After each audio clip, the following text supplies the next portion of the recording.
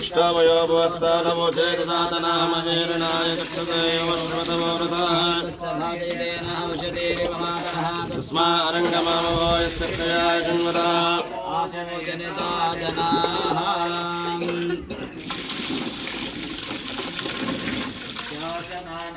अभि तस्मात्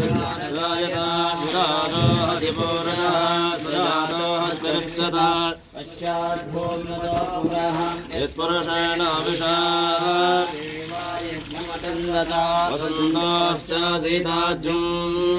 ग्रीष्मयित्मशरद्भिः तत्सस्य संवरिणया त्रिसप्तः समिधः कृताः देवाय चक्रं तन्वाः अबद्धन् पुरुषं पशुम् परयजिप्रोक्षन् पुरुषं जातमग्रतः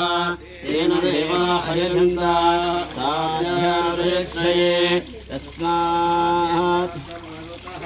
संवृतं वशदाढ्यं शोकस्तागच्छक्रे वायुव्याने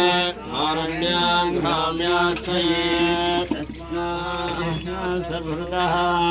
सर्वसावानि जग्नरे सन्दाकं जग्नरे तस्मात्